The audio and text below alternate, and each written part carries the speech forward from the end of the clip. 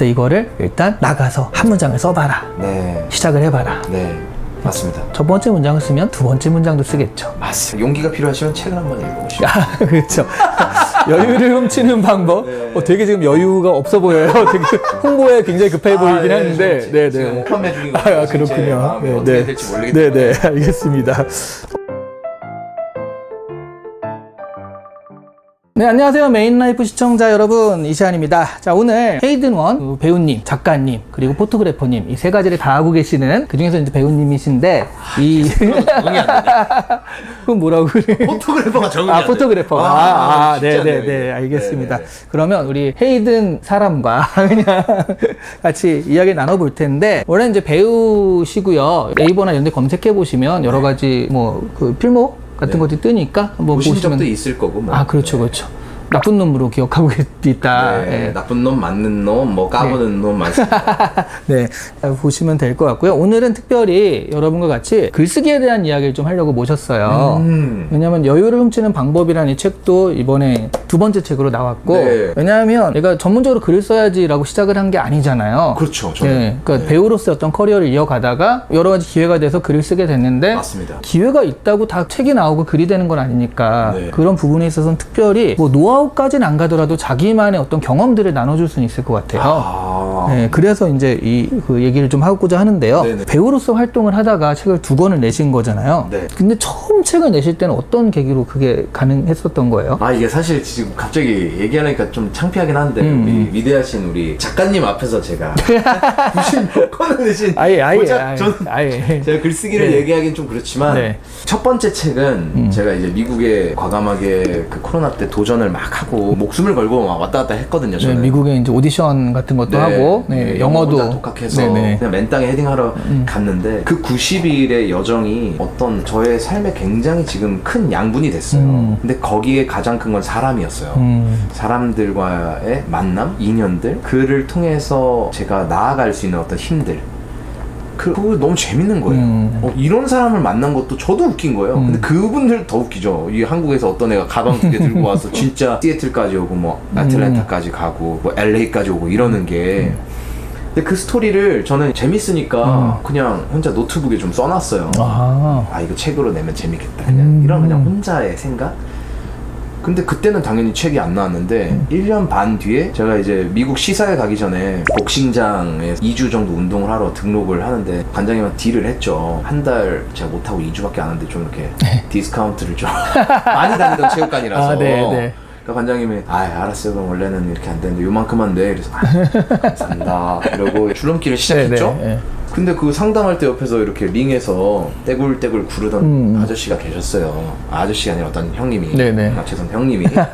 근데 그 형님이 오시더니 줄넘기 하는데 죄송합니다. 실례지만 뭐 하시는 분이세요? 미국 왜 가세요? 이러는 거예요. 줄넘기 하다가 예? 약간 얘기를 듣는데 궁금해서 미국을 왜 가세요? 그냥 뭐 일하러 갑니다. 이렇게 제가 줄넘기 하면서 얘기했으니까 근데 실례지만 무슨 일을 하세요? 프리랜서입니다. 뭔가 잡상인 같은 그런 느낌이 있었구나. 너무 이상하잖아요. 그렇죠. 갑자기 말 걸고. 제가 복싱을 거의 10년을 했는데 이런 경우는 처음이었어요. 또 오늘 와가지고 진짜 죄송한데 프리랜서 어떤 일 하세요? 거기서 줄넘기를 탁 멈췄어요. 제가. 근데 제가 어디 가서 저 배우예요 이런 거 진짜 별로 안 좋아하거든요. 제가 연기를 하는데요. 영어를 못했는데요. 공부를 해가지고 할리우드에 갔습니다. 그래서 다시 할리우드에 갑니다. 시사회 때문에. 이러니까 아저씨가 우와! 책 쓰실 생각 없어요? 갑자기. 야. 그래서 제가 있는데요. 명함을 주시는 거예요. 네네. 출판사 대표님이더라고요. 출판사 대표님이. 그래서 제가 저 그럼 다음 주에 만나시죠. 저 미국 출국하기 전에. 좋습니다 해서 만났어. 그분이랑 이제 편집장님이랑 스타벅스에서 이제 대화를 하고 전 미국으로 갔죠. 그게 이제 첫 번째 책을 낸 계기. 근데 이제 테스트가 있었어요. 어떤 테스트요? 그 출판사에서 저한테 제가 미국에 있을 때 그래도 우리 당신의 글솜씨를 좀 봐야 되지 않나. 그쵸. 그건 당연한 거잖아요. 근데 일단 구두 계약을 하셨어요. 근데 그래도 요거를 좀 봐야 되지 않냐. 그래서 주제를 하나 주셨어요. 내 인생의 가장 행복한 순간. 그거를 A4 용지 뭐 8매, 7매로 써오세요. 뭐 이런 느낌이었거든요. 근데 이거를 처음에 이렇게 보다 뭐 어떻게 쓰지? 행복한 순간 막 이렇게 생각하는데 그때 미국에 있을 때 할머니가 되게 위독하셨거든요. 근데 그때 거의 할머니가 돌아가실 것 같다라는 소식을 듣고 네. 그 소식을 들었던 장소가 라구나 비치라는 미국의 해변인데 그 소식을 듣고 이렇게 가만히 너무 서글펐어요. 그리고 뭐 행복한 거 쓸 수도 없을 것 같고 지금 마음은 이렇고 하고 그냥 그 해변 벤치에 이렇게 앉아 있는데 저기에 제가 라구나 비치를 가장 사랑하거든요. 노을이 너무 아름다운 거예요. 근데 그 뒤로 할머니가 촥 웃는 것 같은 어떤 형상 같은 게 느껴지더라고요. 네. 근데 갑자기 되게 답답했던 마음이 행복해지더라고요. 지금 이 순간이 제일 행복한 순간이다 라고 생각하면서 그날 그 시점부터 손으로 이제 그날부터 할머니의 발인 이후까지를 계속 손으로 썼어요. 그 모든 날들의 기록 같은 것들. 그게 그렇게 해서 이제 전달을 드리니까 책을 냅시다 라고 하셔서 제 첫 번째 책이 나왔어요. 야, 그것도 오디션을 본 거네요. 오디션 봤죠. 그러니까. 그러네요. 그리고 보통 출판사들은 써놓은 글이라든가 이런 걸 달라고 그러지 이렇게 주제를 주면서 써오라고 그러진 않거든요. 선생님도 독특하셨네요. 그러니까 아니 독특한 것 자체가 아니 그냥 이 사람한테 가서 혹시 뭐 하시는 분이세요 하면서 그 뭔가 책의 냄새를 맡았다는 것 자체가 되게 그분 자체가 되게 독특하긴 하시네요. 그러면 어떻게 생각하면은 그냥 갑자기 내게 됐다라고 생각할 수도 있는데 근데 사실 그 전에 내가 막 기록해놓고 했던 어떤 준비는 되어 있었다. 라는 거죠. 네, 그러고 그것도 그렇고 일기를 제가 초등학교 때부터 오늘까지 쓰거든요. 그러니까 일기를 거의 한 20년을 썼죠. 그러면서 제 생각을 정리하는 거에 대한 어떤 습이 돼 있던 것 같아요. 그게 아마 글을 쓸 수 있는 어떤 힘이지 않았을까 싶어요. 그러네요. 그러면 지금은 어쨌든 작가로서 책을 뭐 두 번째 내고 앞으로도 이제 계속 기회가 되면 내실 거니까 그 작가로서의 커리어가 생겼고 근데 원래 배우로서의 정체성, 그 캐릭터는 분명하니까 이 두 가지가 다른 점이 있다고 생각하세요? 아니요. 공통점은 명확한 것 같아요. 표현이랑 내가 갖고 있는 것들을 꺼내는 그런 거는 그러니까 저는 직업으로 나뉘어서 그렇지 다 요만큼의 차이만 갖고 있지 큰 틀로는 내가 이 일을 왜 하고 있지를 많이 생각했는데 사진도 마찬가지인 것 같고 그냥 표현? 나의 표현이라고 생각해요. 다른 거는 뭐 사람들 앞에 카메라 앞에서 하느냐 아니면 조용히 여기다가 혼자 적어내느냐 이런 게 좀 다른 것 같고 공통점은 표현하는 거인 것 같고 우리 근데 그런 사람을 예술가라고 보통 많이 부르죠. 아티스트. 전부 다 자신의 어떤 감각, 감정 이런 것들을 표현하고 같이 공유하고 그러려고 했던 것들이고 그것의 표출 형태에 따라서 그림이 되기도 하고 음악이 되기도 하고 연기가 되기도 하고 그런 거니까 보통 우리가 아티스트 이렇게 아티스트로서는 뭐 글이나 아니면 연기나 그렇게 다른 건 없다 이렇게 생각할 수도 있겠네요. 네, 뭐 다른 거 있다? 없다 그러면 또 뭔가 그런 것 같아서 다른 거 있다. 카메라 앞에서 연기 표정이나 이런 대사 외우고 이런 걸 하느냐 아니면 혼자 나의 사유나 뭐 공부한 것이나 써내려가느냐 되게 공중파처럼 되게 조심스럽게 하네. 다르다라고 하겠습니다. 알겠습니다. 그러면 이제 다시 들어와서 지금 결과적으로는 여태까지 자신이 겪었던 것들을 많이 기록하고 그런 것들에 대해서 생각하고 했던 것들이 글을 쓰는 자양분이 된 거잖아요. 네네. 그러면 이제 글쓰기 초보한테 추천하고 싶은 어떤 일상, 경험의 기록 이런 것들의 포인트 그러니까 뭐 다 경험하고 다 관찰하고 그럴 순 없잖아요. 이런 것들 글이 되는 그런 포인트 그런 게 있을까요? 뭐 저도 글쓰기를 그러니까 제가 뭐라고 말씀드리기 어렵지만 제가 갖고 있는 경험 안에서는 그냥 하루에 한 번쯤은 나의 생각을 들여다보고 내 마음의 소리를 귀 기울여보고 그걸 한번 글로 기록해보는 게 있어요. 이게 일기 형태가 될 수도 있고 어떻게 보면 어떤 칼럼의 형태가 될 수도 있잖아요. 그 마음의 소리를 들여다볼 때 주로 언제예요? 저는 걸을 때 많이 갑자기 들려요. 걸을 때 뭐 그냥 생각 없이 걸어요. 걷다가 뭐가 아지랑이처럼 뭔가 하나가 딱 키워드가 떠올라요. 그럼 그거에 대해서 계속 생각해봐요. 꼬리에 꼬리를 물고 그럼 막 옛날에 여기 어디 있던 기억들이 생각이 나고 이 챕터를 이렇게 한번 써보고 싶다 이러면 이제 그 카페 같은 데나 뭐 벤치에 앉아서 쭉쭉 쓰는데 옛날에 제가 나태주 시인이랑 그 인터뷰를 한 적이 있었는데 그때 산책을 많이 하신다고 그러더라고요. 그래서 산책하시면서 시상을 떠올리세요 그랬더니 아니 굳이 떠올리진 않고 시가 나한테 오면 받고 너무 저랑 표현이 너무 다르지만 그런 느낌이에요. 네. 시가 오면 받고 그래서 맞아요. 오 정말 시인이다. 그리고 이런 게 실제로 뭔가 내가 시를 만들어야지 그게 아니잖아요. 네, 저 그렇게 네. 해본 적 없어요. 네, 그러니까 가다가 문득 떠오른다는 게 아마 그런 표현이 아닐까. 네, 맞아요. 예. 그러니까 어쨌든 자기 생각을 좀 잘 들어야지. 이게 또 마음에 너무 바쁘고 여유가 없고 오늘 뭐 택배 올 거 있는데 그거 생각하고 이러면 사실 시가 와도 내가 못 받거든요. 이미 여유가 없잖아요. 네, 저거 네. 받아야지 하는데 거기 네. 걔가 들어올 공간이 없잖아요. 그러니까 틈이. 뭔가 이렇게 와도 못 받게 되는 그런 상태라서 두 손에 너무 많은 걸 들고 있어서 새로운 걸 가져갈 수가 없어서요. 예, 그래서 이런 책, 여유를 훔치는 방법 이런 책도 쓰신 게 아닌가 싶습니다. 뭐 어쨌든 그렇게 받았단 말이죠. 그러니까 요거 괜찮은데 라고 받았어요. 근데 어쨌든 그 글로 이제 옮겨야 되잖아요. 글을 쓰실 때, 또 네. 책을 쓰실 때 본인만의 루틴 같은 게 혹시 있어요? 루틴은 때에 따라 좀 다른 것 같고 저는 좀 앉으면 한 챕터는 무조건 쓰는 것 같아요. 그러니까 이게 중간에 끊기진 않아요, 제가. 그러니까 중간에 끊질 않아요, 스스로. 뭘 예를 들어서 열정이라는 게 오늘 떠올랐다. 그럼 열정을 적어놓고 그냥 시작해요. 그러다가 이 열정의 마침표를 찍으면 일어나요. 되게 열정적으로 써야겠네요, 그러면. 뭐 그럴 때도 있고 짧게 나오는 글들도 있고 뭐 다양하거든요. 이게 길이에 상관없이 그러니까 바쁘면 좀 짧게라도 탁 해서 마친다 일단. 네, 뭐 바쁘면이 아니라 그냥 거기서 끝나면 끝낸다. 네, 그리고 나오면 쓴다.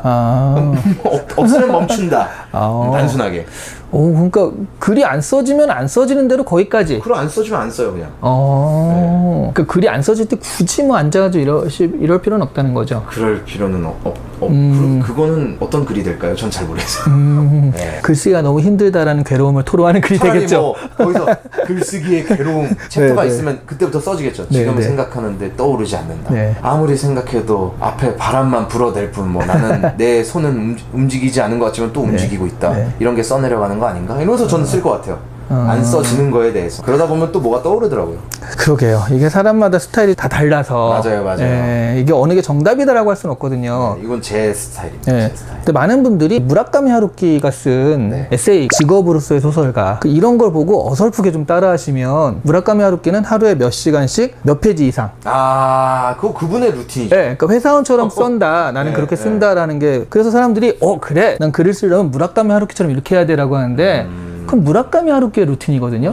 직업으로서의 소설가잖아요. 이거가 맞다라고 생각해서 무조건 하시는 분이 있는데 그거는 사람마다 다르다라고 저는 생각을 하거든요. 저도 완전 공감합니다. 그렇죠. 이렇게 오면은 오는 대로 쓰는 사람이 있고 그리고 작가님대로 또 있잖아요. 그렇죠. 저도 제가 쓰는 방법들이 있으니까 그런 것들이 좀 다 다르긴 하니까 그거는 자기가 맞는 걸 찾는 게 중요한 것 같아요. 맞습니다.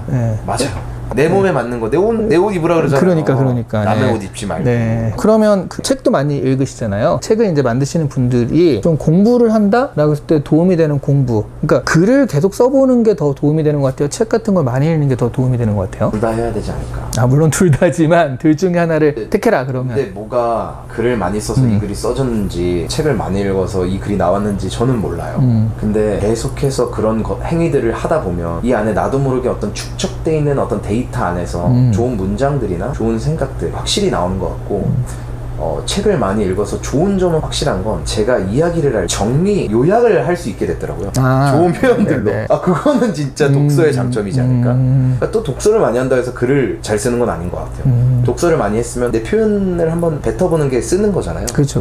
그게 병행이 돼야 되는 게 맞지 않나. 그렇긴 하죠. 또 글만 쓴다고 해서 내 안에 할 얘기가 없으면 글이 안 써지기도 하거든요. 책에서 채워진 것도 없는데 뭘 쓰겠어요. 그리고 책만 계속 읽고 계신 분이 있어요. 책만 계속 읽다 내가 뭔가 준비가 되면 써야지 하는데 절대 준비가 안 되거든요. 특히 책 좋아하시는 분은 되게 수준 높은 걸 읽다 보니까 자기는 절대 그렇게 못 쓰거든요. 데미안 패스트 막 이런 거. 그러니까 그 준비가 안 되는 거예요. 이 사람 기준만 높아져서. 그래서 말씀하신 대로 적당히 병행해야 되는 게 좋지 않을까 하는 생각이 듭니다. 그럼 특별히 뭐 작법서나 이런 걸 읽으신 건 아닌 거죠? 한 번도 읽어본 적 없어요. 맞아요. 작법서도 되게 다 달라서요. 그쵸. 그러니까 이렇게 써라 저렇게 써라 하는 것도 있고요. 스티븐 킹 같은 사람은 작법서인데 약간 이런 느낌이요. 이 정도를 못 써? 이런 느낌이요. 이거 이렇게 쓰면 되지 왜 이걸 못 써? 막 약간 이런 느낌이라 읽다 보면 자괴감 왜 난 안 되지? 다르긴 합니다. 또 그분은 문 나름의 그런 그러니까 뭐 천재적이다 뭐 그런 거죠 뭐. 근데 제가 요 책도 그렇고요. 여유를 훔치는 방법도 그렇고 안 하던 때봐 지금부터 같은 전작도 그렇고 이 책을 읽으면 그런 느낌. 되게 감정과 자기 생각에 솔직하고 그걸 다 잘 표현한다라는 네. 느낌이 들거든요. 근데 그걸 되게 어려워하는 사람도 있어요. 아, 예. 그거를 특별히 잘하시거나 그렇게 하게 되는 어떤 계기라든가 그런 게 있어요? 이것도 저는 감각하는 거라고 생각해요. 솔직하게 이야기할 수 있는 감각. 그러니까 생각을 바꾸는 건 쉽지만 감각을 바꾸는 데는 엄청난 시간과 노력이 필요하다. 그래서 저는 솔직해지는 것도 솔직하게 이야기하는 나의 감각을 만들어야 되는 거거든요. 그러니까 저는 어려서부터 엄마가 항상 솔직하게 얘기하라고 했고 거짓말은 치지 말라고 했어요. 이게 그게 되게 뇌리에 많이 박혔고 저희 어머니가 최선을 다해라 대신 하고 싶지 않은 이야기해라라고 엄청 많이 얘기를 했거든요. 그래서 저는 그런 거를 지키면서 저만의 책임감이 생긴 거야. 거짓말을 당연히 칠 때도 있었죠. 지금도 거짓말을 쳐야 되는 상황도 있을 수도 있고 하지만 되게 솔직해지려고 노력을 해요. 정면 돌파를 하려고 노력해요. 근데 그런 솔직함을 얘기했을 때 네. 그러니까 나의 약한 점 이런 거를 얘기해야 될 때도 있는데 네네네. 또 이런 게 있죠. 약한 점을 얘기하면 누구한테 얘기할 때는 그게 나의 약점이 되기도 한다. 아. 그러면서 이 약한 점을 꺼내 보이지 않으시는 분들, 특히 남자분들은 그런 분들이 많거든요. 저는 오히려 바보가 되는 게 편하던데. 네. 그거를 이용해서 나를 약자로 본다? 제가 그렇다고 과연 약자일까요? 오히려 내가 약하다고 이야기하는 사람이 정말 강한 것 같아요. 저는. 네, 정말 멋진 형들, 뭐 우리 작가님도 그렇고 좋은 분들 제 주변에 많지만 누구 하나 나 힘세 이런 거는 제가 못 그렇죠. 네. 정말 강한 사람들은 이런 걸로 강한 게 아니라 여기가 정말 단단하시더라고요. 그러면 과연 그 사람이 저를 약하다고 생각해서 제 이 단단함이 무너지진 않지 않을까. 그 말씀하신 대로 나 힘세라고 자랑하는 사람은 주변에서 힘세다고 안 봐주니까 자기가 자랑할 수밖에 없는 거거든요. 더 키우시. 네. 그 직업일 수도 있지만 네. 뭐 아무튼. 실제로 자기가 힘센 사람은 굳이 얘기하지 않아도 사람들 아는데 네. 그런 부분이 그거는 있죠. 격투기를 하셨어야 되지 않을까. MMA. 그렇죠, 그렇죠. 네. 책을 낸 작가가 되셨잖아요. 네. 느낌이 어떠세요? 그렇지 않았을 때랑 사람들이 작가 이렇게 얘기하면 확실히 그건 시각이 다르더라고요. 그래요? 네, 네. 이거 뭐 더 솔직하게 말씀드리면 네, 네. 안녕하세요 배우 누구입니다 했을 때랑 예 그랬을 때 안녕하세요 배우입니다 근데 누군가 옆에서 이 친구는 책도 냈어 책을 냈어? 책이 주는 약간 신비로운 힘이 있어요. 거기서 신뢰를 좀 주는 것도 있는 것 같고. 그렇죠, 그렇죠. 네네. 아무래도 책을 낼 정도면 책을 좋아한다도 아니고 책을 낼 정도면 네. 그 생각과 가치관 이런 것들이 되게 잘 잡혀 있는 사람이다 네. 이런 느낌도 있고. 네 그렇게 봐주시는 것 같아요. 네. 네. 이게 뭐 우연한 기회에 책을 냈지만 글솜씨가 또 괜찮으니까 네네. 이렇게 또 계속 책을 낼 수 있지 않았나 싶기도 합니다. 네. 그래서 이 영상을 보시는 많은 분들은 또 글에 좀 관심이 있고 내 책을 한번 내봤으면 좋겠다 이러신 분들이 많이 보시는 영상일 텐데 네. 그런 분들 그러니까 글쓰기를 시작하려고 하고 책을 좀 이제 내 걸 만들어 보겠다 하는 그런 분들한테 끝으로 좀 전하고 싶은 이야기가 있다면 한마디만 해주시죠. 근데 누구나 글을 쓰고 싶은 욕망은 있을 거라고 생각해요. 그러면 우선 좀 선선한 날 일단은 종이랑 펜만 들고 한번 나가보시고요. 그렇게 해서 본인마다 느껴지는 것들을 한번 적어보시면 어떨까 싶어요. 그렇게 해서 시작을 먼저 한번 해보시는 걸 저는 꼭 권유드립니다. 그게 한 5번, 10번이 되면 기준이 생기실 거예요. 그 기준의 방향에 따라서 또 살아가시면 되지 않을까요? 아마 그 시작이란 말이 제일 와닿는 것 같은데 네. 그 패스트 까미 패스트에 보면 네, 네. 공무원 글항이 네. 평생에 책 한 권 쓰는 게 소원이라고 해놓고 첫 문장만 몇 년을 쓰잖아요. 맞아요. 첫 문장을 썼다 지웠다 썼다 지웠다 하면서 그런 식으로 뭔가 책 하나를 내야겠다 싶으신 분도 처음만 시작하면 될 것 같은데 이렇게 생각하면 시작을 안 하시는 분이 많을 거예요. 네. 그때 이거를 일단 나가서 한 문장을 써봐라. 네. 시작을 해봐라. 네. 맞습니다. 첫 번째 문장을 쓰면 두 번째 문장도 쓰겠죠. 맞습니다. 용기가 필요하시면 책을 한번 읽어보시고. 그렇죠. 여유를 훔치는 방법. 네. 되게 지금 여유가 없어 보여요. 되게 홍보에 굉장히 급해 보이긴 하는데. 네, 지금 네. 판매 중이거든요. 그렇군요. 마음이 네, 어떻게 네. 될지 모르기 때문에. 네, 네. 알겠습니다. 되게 여유가 없는 그런 느낌이었지만. 네. 여유 없다가 네. 나가서 여유 찾으면 되죠. 그럼요, 그럼요. 네네. 그래서 일단 시작을 해보라. 네. 네, 그 말씀이 되게 와닿긴 하고요. 그리고 그렇게 일단 시작을 해가지고 이렇게 또 두 번째 책까지 한 그 사례가 되는 거니까 네. 굉장히 좋은 요령이 아닌가 싶습니다. 네. 네, 그러면 오늘 우리 메인라이프 구독자분들한테 그럼 끝으로 인사 한마디만 해주시죠. 메인라이프 구독자 여러분들 오늘 일단은 이렇게 인사드리게 돼서 너무나 영광이었고요. 앞으로 뭐 이번 두 번째 여유를 훔치는 방법뿐만 아니라 저가 아티스트로서 행보를 통해서 좋은 에너지를 전달할 수 있게 제가 최선을 다하겠습니다. 많은 관심과 사랑 부탁드립니다. 그 메인 라이프 종종 찾아오겠습니다. 이런 것도. 메인 라이프 불러만 주세요. 언제든 찾아오겠습니다. 아, 구독, 좋아요, 알림 설정. 굳이 얘기하지 않아도 잘하네. 역시 연예인은 다릅니다.